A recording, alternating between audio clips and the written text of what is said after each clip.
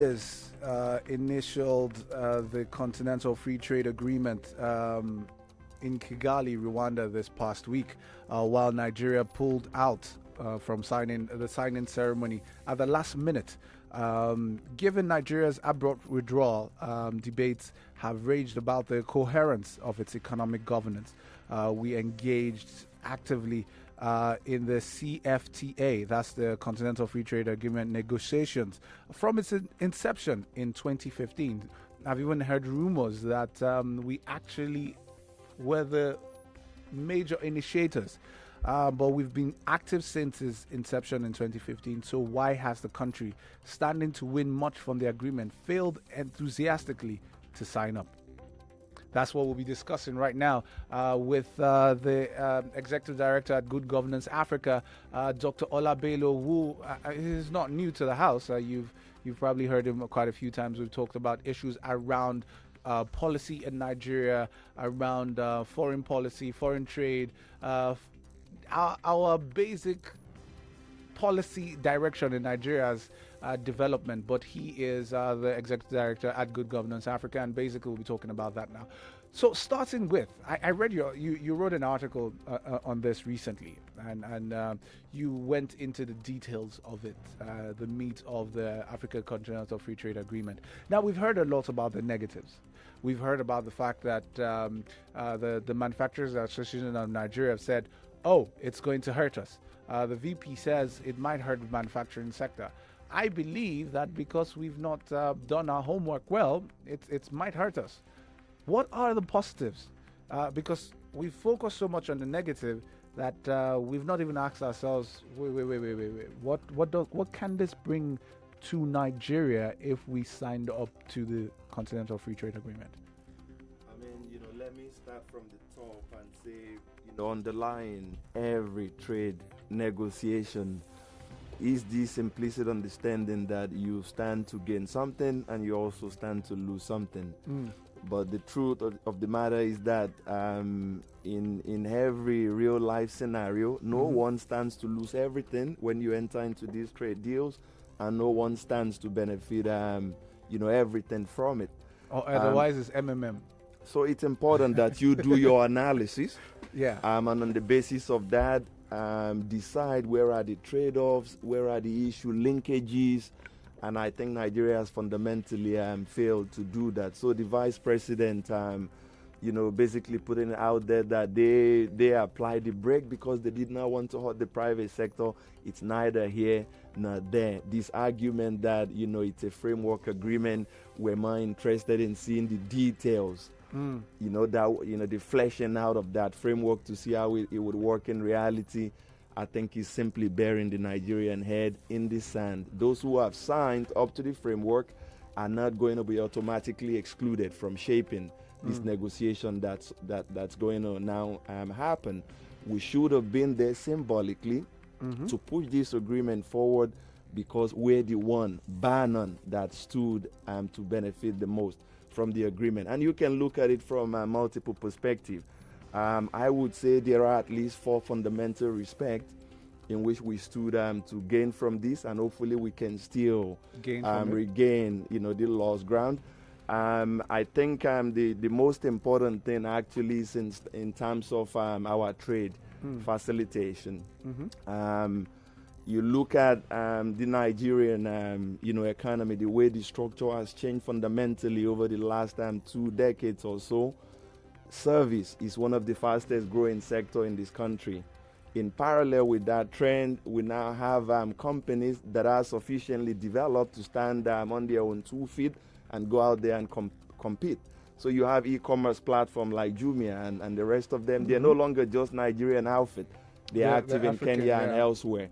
But the truth of the matter is they're doing all of these against really serious headwinds and all of the constraints put in their way. Nigeria, If we sign up to an agreement like this, I think it would help them fundamentally to do a lot better than they're doing at this moment. So in terms of trade facilitation, there is something in it for Nigeria. There are areas where we're not competitive, but our challenge always is to analyze and see how much gain we stand to gain, where we're strong, and how much, we stand to lose in the areas where we're But relatively isn't weak. that the issue, though?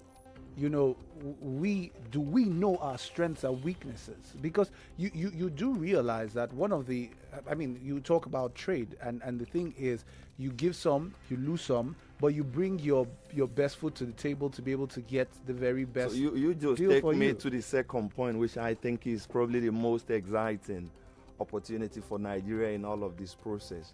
It's about learning. Man, know thyself. The idea that this trade agreement might hurt us. Let's hold back timidly and withdraw in this chaotic manner that makes leave everybody scratching their head. When we're in theory one of the bigger regional economies that have real heft in this negotiation, I think it just doesn't look good for Nigeria. How do you learn through this process and use it as a springboard to go into the future? to upgrade the capability of your national champions so that they can go out there and compete? The first part of it is about analysis beforehand, to have a fairly good sense, of what lies in the waiting. Sector analysis, issue coupling. Nigeria would like to see more mobility, freer movement of labor and Nigerian capital and all of that. This is one of the issues that was tied to the Continental Free Trade Agreement. There was a protocol also on free movement that was tabled there for the 4 countries signed up to the agreement on trade. Only about 18 very unenthusiastically signed up to the free movement agreement. And Nigeria is a big champion of this, so why were we not in the room to help push that forward? You learn beforehand by analyzing, but more fundamentally, you learn a lot also by through controlled competition. You get into it, within certain parameters with a very clear eye, and experiments that prove to be ruinous for our local manufacturers and industry players, we stop it. Things that seem to be working to our advantage, we find a way to upscale it. If we bury our head in the sand and say we're not playing this game, we're not going to win anything. And this, I think, is the challenge that Nigeria confronts fundamentally. I think the third area where we stand to benefit something actually is, I think, in the area of, economic diplomacy broadly. You see analysts of foreign policy say, your foreign policy is a continuation of your domestic politics, and both are fundamentally linked. You will not create prosperity here at home in Nigeria without becoming a more active economic player in West Africa and on the broader continent. When you go out there and you play this game and you play diligently, you learn a lot that can inform what we're doing in relation to partners and competitors abroad, but also in terms of raising our own game internally. To just say we're not going to broach this because we're afraid, I think this lets everybody down. Doesn't this open the floodgates for even some knowledge exchange? Because here is the thing, and I'm thinking about this, our trade position in Nigeria. It seems to be we have deferred to the United States, UK, and China in everything we do in terms of trade. Is it possible we can learn from some African countries that have gotten some things right in terms of this opening our borders and having a better trade understanding with them? For instance, our power generation, we still struggle with it. There are some African countries that have gotten it right. In opening those channels, can be able to have some exchange of technology, exchange of ideas, exchange of human capacity, especially because, I mean, if we don't have the human capacity, since there's a free exchange of borders, we can be able to borrow that. Are we thinking about any of these things at all in our fear of, they're going to kill our manufacturing sector? Because, I mean, I think we also know why we're afraid of that, since we've not been able to do our homework in terms of power, infrastructure, and the rest. But they can send some knowledge our way. Yeah, no, I think, Tunji, you are right fundamentally, that in terms of peer learning opportunities, this exists in Africa, and it's highly promising, but it requires that you come to the game prepared and very clear-eyed about where your interests actually lie. I've spent much of my career actually pushing for the most part what I think is this really disappointing hope that Africa can somehow, cultivate its own uniquely African experience on how to build successful economies by learning, through our, experiences as African countries. It works in some certain areas, but I think we fundamentally failed to optimize the advantages that come from this. The truth of the matter is we often act more as competitors than brother countries that are collaborating. But it's not a reason for us, to adopt a boycottist approach and not sign up to agreement that, as you've mentioned, we played a very fundamental role in helping to put together. I think one of the challenges that Nigeria actually faces relates to the way we are sometimes distracted and very disorganized at home. If there are things we can learn from very actively, we don't need to go to South Africa today to learn some of the most important lessons that are ignoring Nigeria in the high today as we're failing on this trade agreement. I would point to, for example, the way we've fallen so far with all of the internal distractions we've had. What is the big game in Africa today in terms of global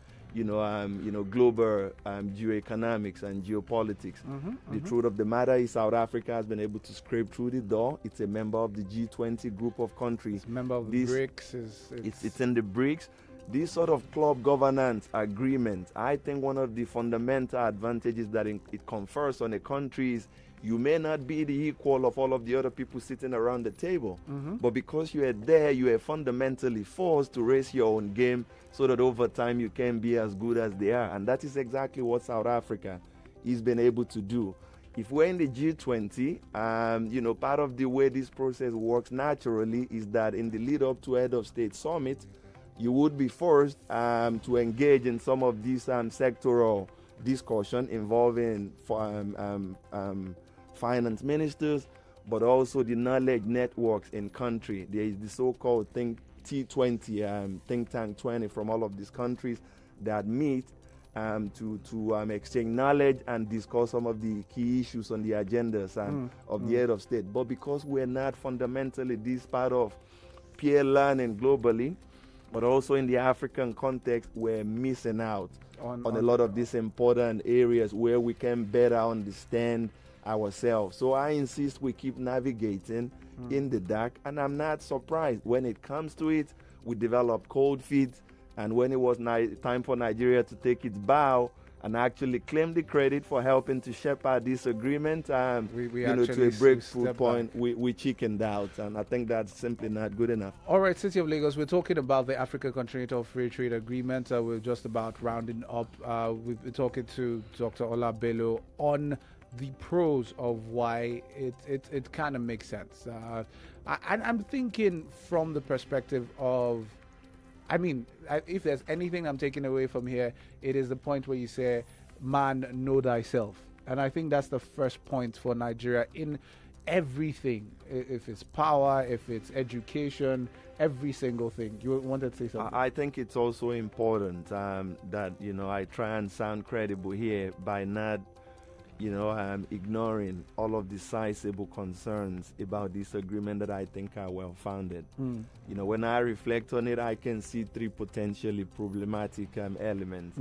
Number one, Africa continues to grapple with this multiplicity of agreements that we've signed among ourselves as African countries, contradictory regional trade pacts, but also contradictory trade agreements we have with some of the, global manufacturing powerhouse that can kill us dead.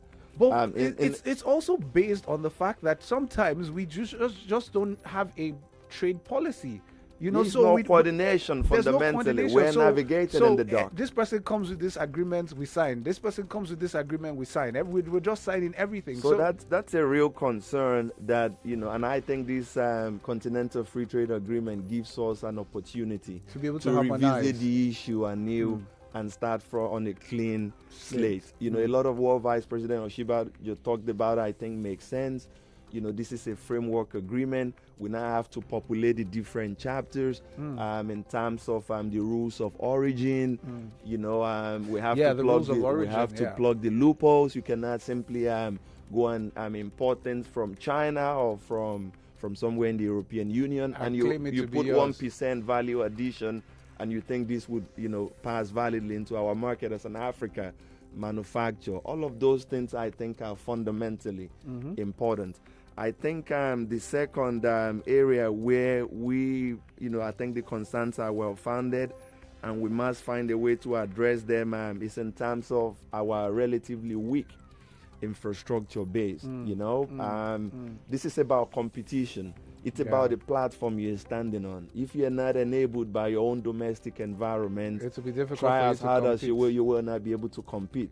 But if we engage in this experiment in a clear-eyed way, informed by analysis, and that's serious-minded, I think it's also an opportunity for us to understand where specifically are we falling short. And given the baseline we've got at this moment, where do we need to push to go over the next 5-10 year horizon so that we can compete better? But because we're not coming to the party at all, I think we're losing out on a lot of these important opportunities. It then goes to ask the question, have we ever, as a nation, had a foreign policy stance?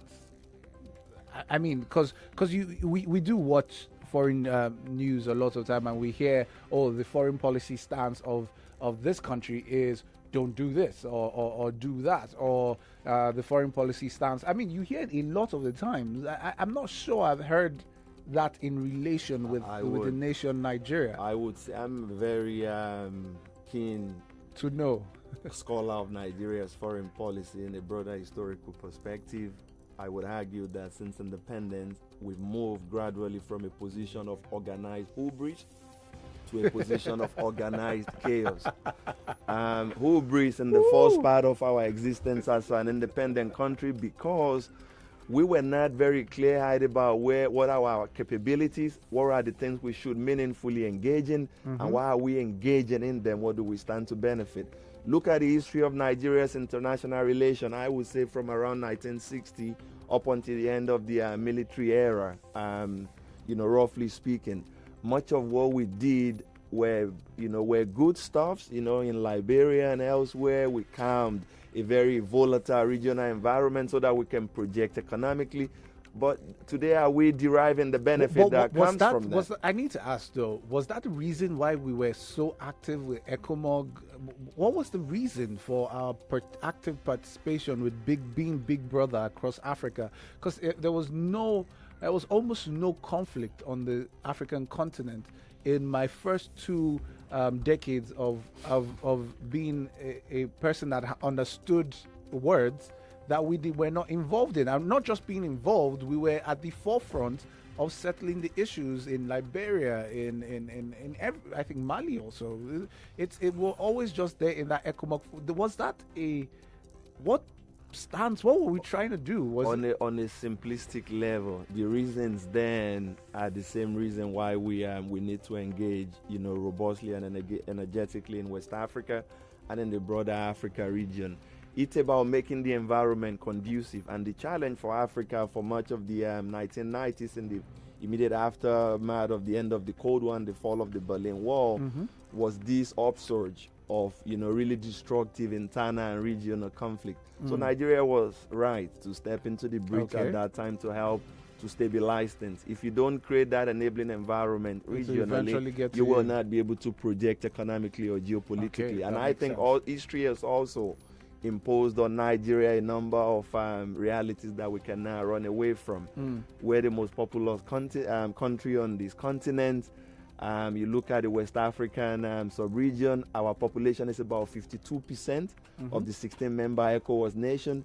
Our proportion of the regional GDP is even higher, I think at about 54%. You want to be doing something in that sort of neighborhood to help keep the situation stabilized. But I think I said we've gone from a position of organized hubris because a lot of what we did emotionally, without actually fighting for Nigeria to get something out of this. Look, as me and you are talking Honestly, today, I thought about it too, because if you look America right now, America is stepping into is stepping in the Middle East, is stepping in Asia,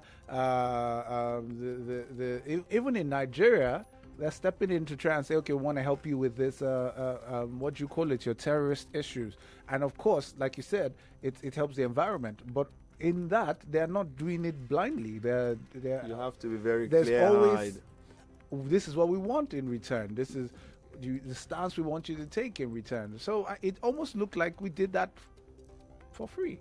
If you look at it, maybe from the perspective of some of the regional institutions we created, whether it's the OAU, the Organization of African Unity, the creation of the African Union, where Nigeria continues to be one of the largest contributors to the assessed budget of the AU, whether it's the African Development Bank, where till today we're still the biggest regional shareholder, although big countries like China, India, and France have come along.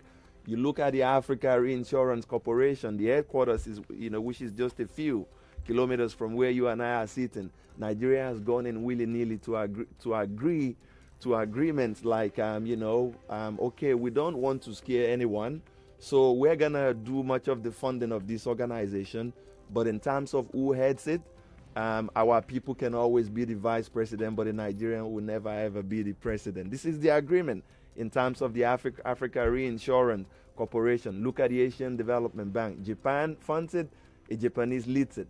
The International Monetary Fund, the Europeans are the biggest there, and an European leads it. The World Bank and the America has the largest, contribution to the special drawing right. They lead it. The person. So why is it different in our own case? Huh? Our leaders in the past, I think, have done some really great things, but also in very fundamental respect, they led the country bad. They led the country down very badly because they do things emotionally without actually fighting for Team Nigeria. Move forward to where we are today.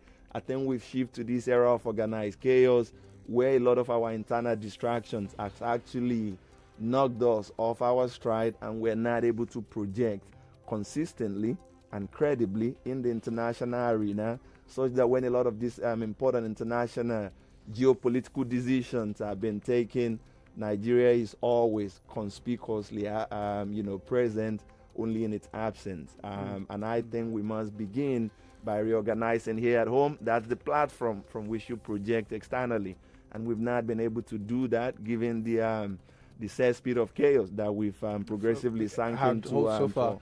We're still talking about the Africa Continental Free Trade Agreement, and we're rounding up shortly. Dr. Ola Bello still in the studio with us, Executive Director of Good Governance Africa. Do you think we will eventually sign this document? Do you think we will get to the point where we will finally sit down and realize that we can't afford not to sign?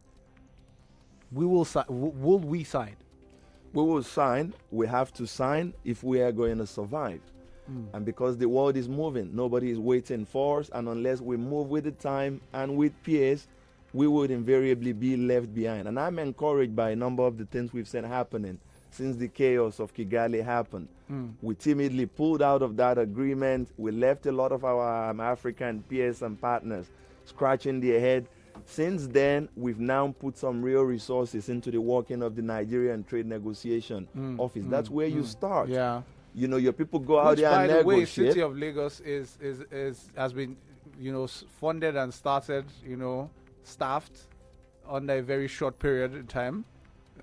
Obviously, it's a response to the fact that we had to pull out of this trade agreement, which of course is embarrassing on its own, but yes, at least we now have one. We have one, and quite commendably, they've just concluded this consultation exercise that's taken them to all of the 6 different geopolitical zones in the country to engage with members of the organized private sector and other players to have the discussion we should have had. We should have been having for 3-4 years now.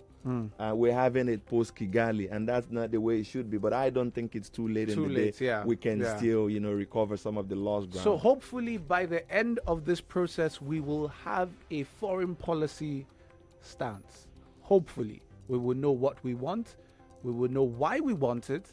and we will know where we can get it from. Actually, Nigeria's foreign policy stance is one of the better articulated, one of the most elegant of any African country. We're clear about what our foreign policy is.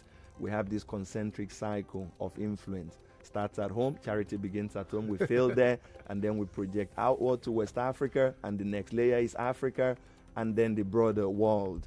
We need to put some dynamism and energy back into that so that it can begin to work for us the way it did for some part of the 70s and 80s. But I think where we're failing is in a subset of our foreign policy, actually, that part that relates to economic diplomacy. Economic diplomacy and internal economic management are like flip sides of the same coin. You determine what you want to do internally in a coherent fashion through your economic policy making, and I'm hopeful that we can look in this country and abroad and strengthen that cycle of economic management and advisory team so that we're not navigating in the dark. When we get that right, we project externally with an informed economic diplomacy that understands where we stand in relation to the other players we're going to be battling it out there in the field. Fantastic. And I don't think we've done all of that well, but I hope we'll be God is in Nigeria and we'll get that. All right, thank you, Dr. Ola Bello. Fantastic talking to you. Always an enlightening session speaking with you on policy issues in Nigeria. Dr. Ola Bello is Executive Director of Good Governance Africa. We'll be talking about the African Continental Free Trade Agreement. We should sign. Should we sign? The trades, the pros, the cons, we've been able to dig our teeth into it. Thank you very much for being with us on the show, sir. City of Lagos, look at your timepiece. It's 2 minutes after 10 on a Tuesday morning. Very young. Do go out and be profitable.